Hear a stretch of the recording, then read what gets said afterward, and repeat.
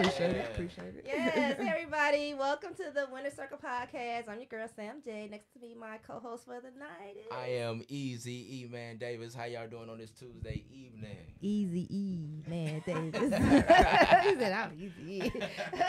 Back in the bag, my production, Miss Pure. What up, engineer. What up, and DJ Tuff Tone. What up, though? Hey, we are blessed to have with us tonight a young lady out here doing her thing. She is dope, multi-talented, recording hip hop artist. No, I ain't got my voice tonight. It's Joei Red. Welcome to the Winner Circle. What up, though? How you doing? How you Welcome. Good, how are y'all? Thanks for having me. Tuesday. We've been trying to get you on the show. Man, I'm here. I'm thankful. I appreciate it. It looked dope as fuck in here, so you know. Thank you. You know, we know you busy working, doing your thing, so we gotta respect that. But we glad you found time to come sit with us. No, I appreciate it. Welcome to the Winner Circle. That's what's up. So, like we were saying, we always like to know how artists got their start. You know where they're from. Because you're from the D, right? Oh yeah, originally. Yeah, most definitely. Yeah. What side town you from? We always do the East West. I'm from Northwest, 6 Mile Myers. Okay. Yeah. Cool. That's what's up. And one of my songs, I'm like straight from the 6, got a little bit, but not enough. Supposed to go to Munford, but my mama saw too many studs. I ain't end up going there, but that's my neighborhood. Okay. Yeah, okay. Yeah. So you didn't go to Mumford? No, a couple of my siblings went though, but I ain't go. Okay. You know, I gotta say this, and I don't know, you may have heard this before. And some people don't like when you say they resemble somebody, but for me, when I see you, you resemble Brittany Griner so much. You're the third person that told me that like this, like in the last month. So that's crazy. So I believe it at this point. Right, you do. I'm like, it's look like somebody. It's uncanny. Yeah, we all do. Twin, or we the lost twin of a celebrity. Or something. And then even saying that, you know, still like praying for Brittany. Yeah, free Brittany. Like that's so. Yeah, do the right thing. Do the right thing, because that's like just bullshit. You know, it's sure. like they're trying to make an example. You know, WNBA done kicked off, and she not here. Right. That's bold as fuck. You know, when you just going trying to make a living. Just pray for her. Yeah, and I'm praying for multiple reasons, you know, because just the LGBT thing in general, you know, America is completely different than other places. Right. So you gotta pray. Yeah, you really gotta pray for her or whatever. So we listen to this your music right now. Oh yeah, it's Joyride. Dope. Yeah, thank you. Yeah, I like it. So how long you been doing this? I know you said you've been doing it forever. We spoke a little bit, but I've been doing it forever. Like, what year I'm on right now? You know, probably a good decade for sure. You know, Okay. You like start high school or I started playing with it? Yeah. Okay. Who did you kind of grow up idolizing? Well, my sister, she 8 years older than me. She used to walk around the house rapping all the time. So she actually went to Munford. But I wanted to be like her, and then I started listening to like Queen Latifah, Talib Kweli, Tupac, you know, and those are the people that I was looking up to the most. Gotcha. So you kind of work around the city. You do some other things. We were talking about that you, you know, you like a photographer. You said you went to school for. Yep. I went to Michigan State. Shout out to MSU. Yeah, shout out MSU. Spartans.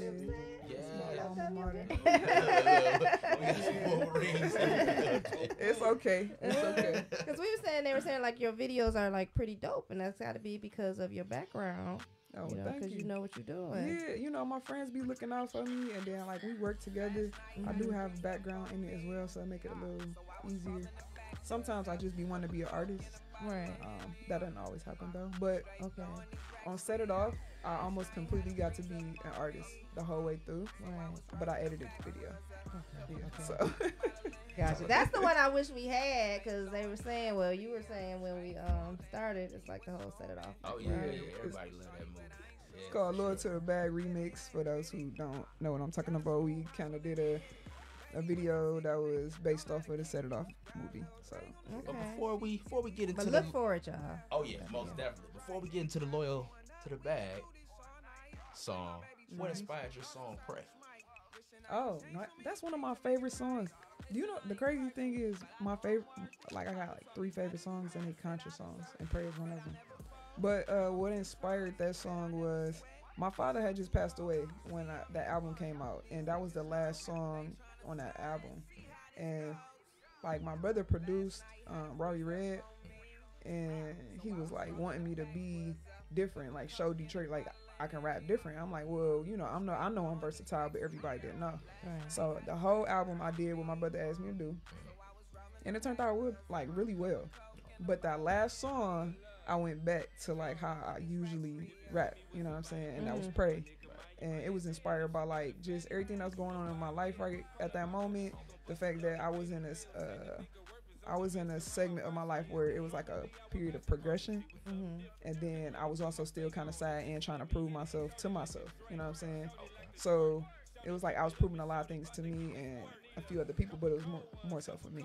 So yeah, and it was just like, yo, I know y'all don't see what I'm talking about now, but y'all see eventually. You know what I'm saying? Right. Okay. You know, so you speak on, like you say, proving things to yourself. How hard is it to like stay motivated, you know, in this whole thing, especially as a female artist? I mean, I know people hate when people talk about zodiacs or whatever, but I'm an Aquarius, so like I really don't give up that easy, and it pisses people off. But a lot of times it's difficult. Like I've entered a few segments where it was just like, you know what, I'm done, but I ain't tell nobody. And then I wasn't done. So it was like probably some months went by, and I'm like, man, you tripping. And it's like music follows you for real, so you can't really just quit because it's not that simple. Right. It's almost like I don't want to call it. It's an energy that follows you. Okay. And it's like a lot of times people who do music have gifts, so it's like you can't just throw your gift away. Okay. You know what I'm saying? So yeah, it's difficult. Being a female in this industry is difficult because you never know if somebody really fucking with you or can I cuss on here? Yeah, you can. Cool. You'll never know if people really fucking with you or not, or if they just want to like date you. Right. Or like, you know, I had a couple dudes keep my music, and it is what it is, but it's like you're not about to get nothing from me that I'm not willing to give you. So you know what I'm saying? And then in the beginning they want me to change how I look, and I'm like, okay, cool, like I'm gonna be open-minded. I tried it, I didn't like it. Okay. So you can never say I didn't try something, you know what I'm saying? They want you to go like sexy or something. Yeah. People always mix business with flavor. Yeah, they try that. But you know, I never let it get to that point. And like I actually liked the way I looked. Right. Okay. I just didn't think it I didn't think it matched the music. And I never thought it matched like the venues I was walking into and how I was performing. And it wasn't me. You know what I'm saying? But if that was something I had to do, yeah, but am I gonna be out here rapping like Cardi? I love Cardi. Or Meg? I love Meg. But like that's not my thing. Not you know what I'm saying? Right. So everybody got their own lane. Everybody. Exactly. Yeah. Right. So yeah, it just didn't match. But yeah, it's difficult. It's real difficult. And then you got females that's like going against other females, but you got dudes out here that's all on everybody's team. They on they other dude team. Like, hey, you hear my man music, blah, blah, blah. Like, but females won't do that. Right. So I just it's But difficult. you do hear, it's like we are hearing like these same kind of like stories or that people tell, like it's horrible out here. If all the females came together, we probably wouldn't have that problem. Honestly. But it's hard. It's hard. Is it any female artists you would work with right now if you had to do a collab? Yeah, well, you know, on Low to the Back, I collab with 3 female artists. Okay. Majesty Queenie, P. Dot, and Tierra Santoya. Okay. So, but I'm always open to collabing with most people. Okay. Especially females. You know what I'm saying? Like, I'm pretty content and secure in myself where I don't feel like somebody is going to make me feel any type of way being on a song with me. And I think that's where a lot of females have issues. Okay. But yeah, we had P. Dot on. P. Dot is solid. Man, what? She cool as hell. Yeah, like, she's I was on set with her like 2 days in a row because we shot for 8 hours Thursday, 8 hours on Friday. Wow. So I really got to know everybody. Yeah, it was crazy. They was like, Joey. I'm like, y'all late. Like, but like, what you mean, Joey? Like, so, but at the end of it, they was all excited and they was happy about it or whatever. But yeah, I got to know everybody. Okay. And yeah, P. Dot solid for real. Like, she cool as hell. Right. Who came up with the concept of Going to the Bag? I pretty much came up with the concept because I had the concept for another song a long time ago, but I never. I asked another female artist. And she was like, cool, and then nothing ever happened. So I'm just like, all right, you know, the follow through was just, it was poor. But me and G-Raw, my manager, we was talking about this Lord to the Bag remix. That was his idea, the song, to remix the Lord to the Bag song. And then I'm like, yo, and he like, let's put some women on there. I'm like, okay, cool. And then when he said that, I'm like, yo, I've been trying to do this video for like 3-4 years, and he thought it was dope. So it was collaborative effort. What's the vibe of shooting a video, you know, as opposed to shooting a video with male artists, but with all female artists? You know that they say females can be catty. Oh, yeah. You know, Or like you say, even the late factor, give people who have the same work ethic. Yeah. Like, show up on Well, time, ready to work. granted, like some of the late issues was like, it would, when they broke it down, I was like, okay, I can understand it. So it wasn't on no diva shit. And like all the females, great work ethic. None of them was catty. We was all cool. Like it was like, cause even when we met at the studio, it was just all love. And then the video shoot was the same. Right. I just got OCD, so. Oh, okay. Gotcha. Yeah, but they was cool. Right. That's what's up. Like you say, everybody show up ready to work, and you should be excited about working or whatnot. You know what I'm saying? Most definitely. So how many projects have you completed to date? I've completed 3 albums and I believe 7 singles. Okay. Yeah, and then I have other songs that's unreleased. Yeah, I got songs, but the ones you probably thinking about that somebody kept, that's only 2. Right. But no, I got songs that I have myself that I haven't released yet. But were you working studio wise like through the pandemic at all? Was you know, everybody had to be working on something, like you had nothing but time. Nothing but time. You wouldn't believe I say, dog, you so right. I say this all the time though. Like if I had knew what I know now, I would have probably had 3-4 albums out the gate. Okay. But my mental was fucking with me. Like I was just like, oh, what's about to happen? Right. Well, what's the point? I ain't even want to buy no sneakers. I ain't want to buy nothing. I'm like, we ain't going nowhere. What's the point? Right. So, but who did that? I think it was Fabulous. Somebody did a cold summer challenge. Was that Fabulous? Cold Summer, I think that was the name of his album, so it probably had to be him. Yeah. He did a Cold Summer challenge, and that was the first time I wrote in the pandemic, and I think it was like a month in. Oh wow! And when I wrote it, I was like, yo, it was really good for because it was encompassing the pandemic, everything that happened or whatever, and that's what sparked me to start writing more. So, Boom came out shortly after that. Wow. Yeah, it came out like. Okay. I was about to say a semester, but like shortly after, like 6-7 months. Okay. That's dope. So she doing it. Oh yeah. You got to remain grounded when you're in a down period. And so now everything is pretty much open, getting open back up. People are performing. Do you like perform in showcases locally, or how do you get out there? Yeah. D Hard just had a showcase, and it was called the GOAT Show. That's what it was called. And I was like, oh my gosh. She asked me to be on it, and I felt all like, warm inside. I'm like, that was sweet.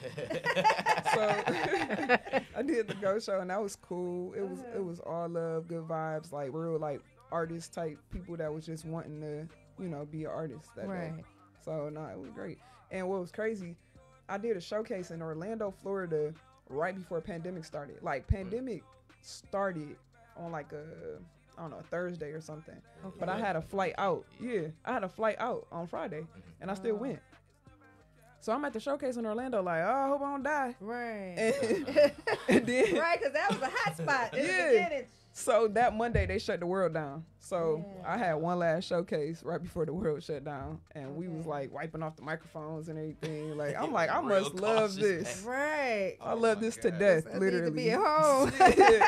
Like you stupid. Like what are you doing? But I met some cool people out in Orlando, so that was dope. Okay, it is nice traveling when you travel and meet cool people. Even like Atlanta, you go to Atlanta. Oh yeah. Atlanta is the musical, base pretty much for not the world, but that's where the center of music, that's the attention span right now is the South. Absolutely. So they starting to pay attention to us now too. That's crazy. Right. I think so too, because I've heard a lot of artists saying that lately too. A lot of saying that they looking, it's the Detroit sound, because it's a different sound and they caught on.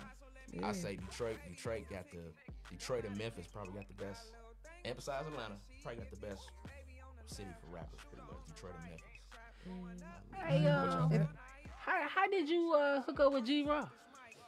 Man, G-Raw been rocking with me for a good little minute. I used to Moonlight. No, I'm just playing. I used to be like a shot girl at this club, and they was doing Microphone Mondays there. It was called Ambiance, and it was with a DJ, Big Dog Blast. He was there, and then I ended up co-hosting with Big Dog Blast the Microphone Mondays. So G-Raw would be there all the time with DJ Gert, because DJ Gert was managing or owned the place. I can't remember which one it was. And Gert used to just be like, man, you don't rap, whatever. Then when I started doing it, he was just always hyping me up. And then all throughout my local career, he would post stuff or hit me up, or he'd post things saying that he think I'm one of the coldest female artists, like me, and like he'd post like 3 other women. And then I remember I got nominated on 107.5, like when they used to do that award show every time, and I was up against like Dej Loaf and Lady T and some other people. And G said something, so that's how I ended up working with G, because eventually I'm like, yo, when you gonna manage me? So what's messed up is we started the management right when the pandemic started. So like I think he started being my manager like, I don't know, a month or 2 before the pandemic started. So we didn't even really get a good go. You know what I'm saying? But yeah. So y'all back on it now though, right? You saying y'all back on it? Like you ready? Yeah, I'm gonna keep going. I ain't about to quit. So out of all the songs that you did from beginning till now, which one is the coldest? Dang, that's crazy. Hard to choose when it's your music. Like the coldest, or like one of the coldest? One of the coldest. I would say the coldest. Which one is the coldest? It depends on what vantage point you looking from, or like it's subjective, because like what type of, to me, to you. Okay, so toot your own horn, girl. Toot your own horn. Man, this is hard. This is real difficult. Damn, this is real difficult. Okay, so it's a song I like called Change, and it's another one that's similar to it that's called Damn Shame. And I did it during pandemic when all of that race issues was happening. And yeah, the video cold, but Damn Shame, it just talk a lot about the issues, and then where we are as a country and where we are as a people, and then like how we could do better, but like complaining ain't really gonna fix it, Right. And I really like that song. Like that song is like that, and so is a song called Change. So I can't really pinpoint one. So look, you say your sister, you know what I'm saying? That's who you look up to. Who is your sister? You talking, you saying your sister, but who is she? Well, y'all, she don't do music. No, she never even really did music back then. She was just like, you ever met an artist that's just dope, but she don't do nothing. Ain't doing shit. Yeah, like I'm sure y'all got cousins or whatever that paint and then or do anything. You be like, come on, listen. I'm like, nah, I ain't doing that for real. So nah, she just my sister. Okay. But you got a brother that's a producer. I do. Yeah. His name Classic. So how is it coming up with talented people around? You got the brother that's the producer. Yeah. Is he throwing your tracks? Oh yeah, he produced all of Rory Red. He produced an album on Boom called Number One, and everybody loved Number One, and that's the only album he produced on that one. So yeah, he cold. Okay, so other than your brother, any producer, if you had the opportunity to work with, that you would want to work with?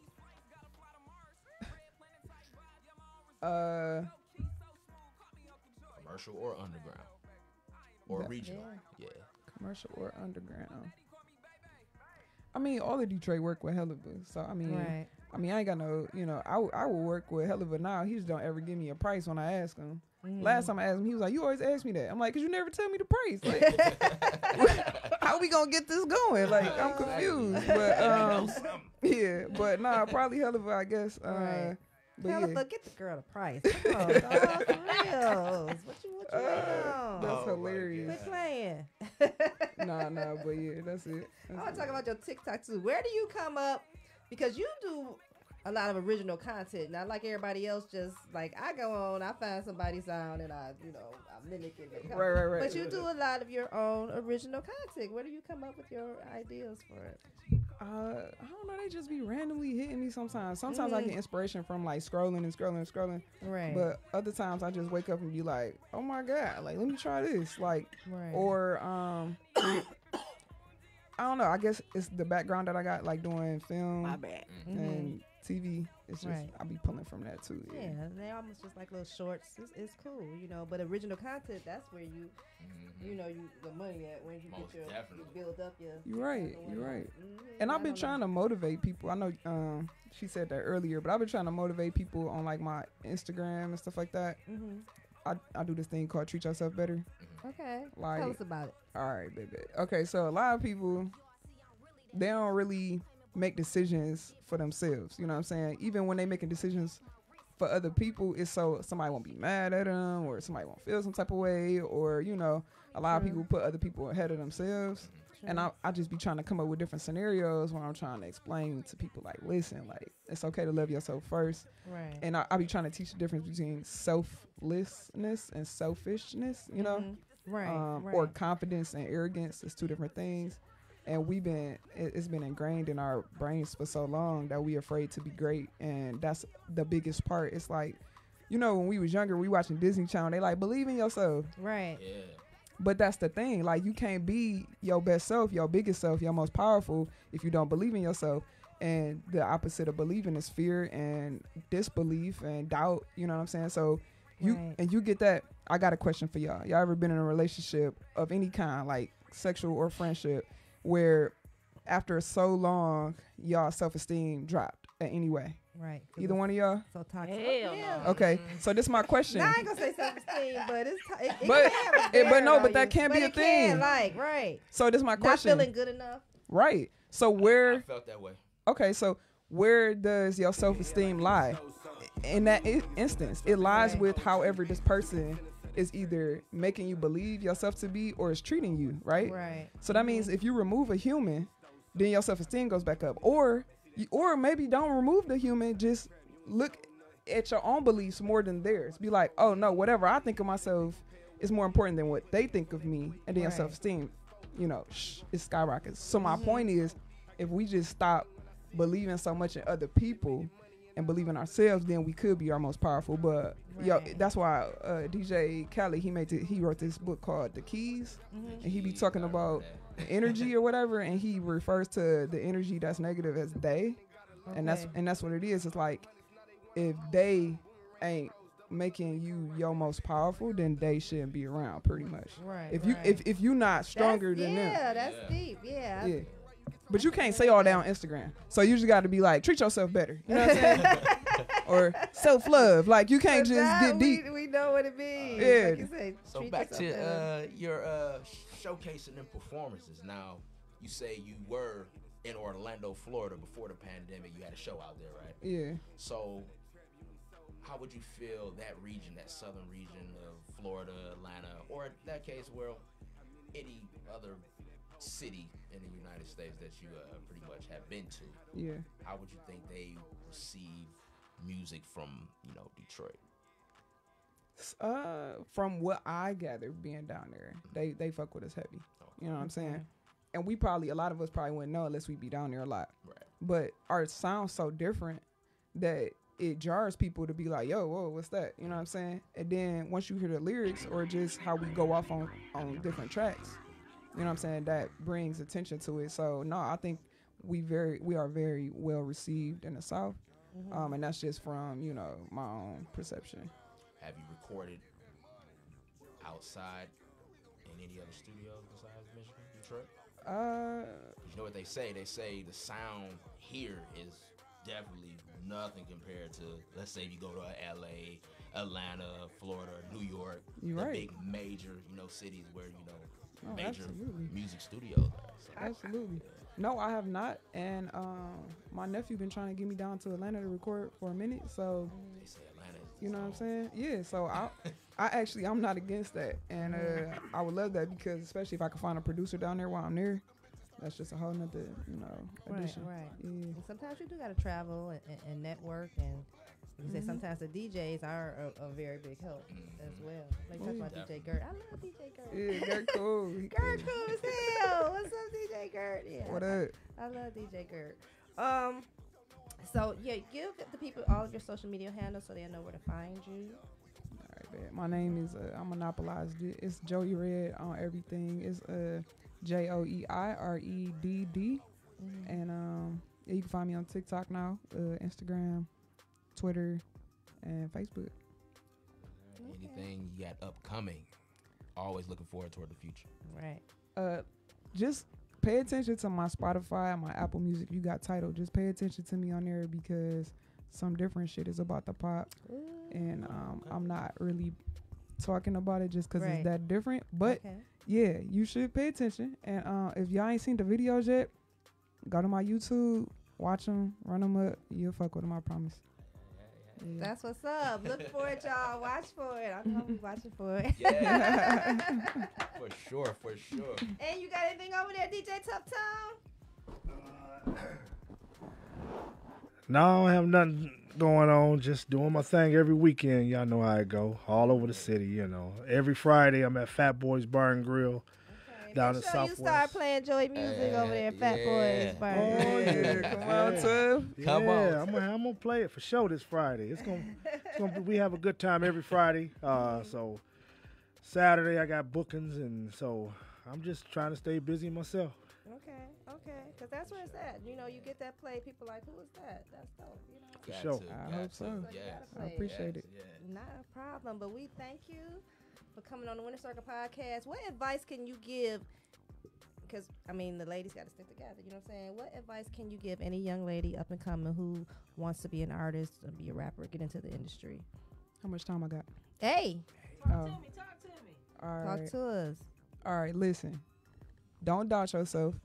Don't ask too many questions because that will cause doubt. I'm telling you for real. Mm-hmm. If you feel like you listen, majority of the people that popped are all different. So don't try to be like other people. That's the part that they lose you at. And if they lose you long enough, you look around, turn around, you old as fuck. And now you can't rap no more because you like, damn, I ain't listen to all these people. You know what I'm saying? Only listen to, take advice and then pull from the advice. Okay. But don't put too much into it. And other than that, you know, being a female is difficult anyway. So just maneuver the best way you can.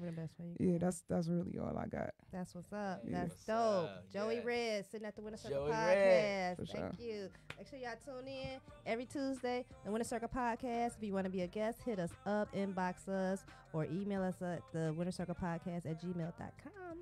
And we are out. Thanks for having me. I appreciate you. Yeah.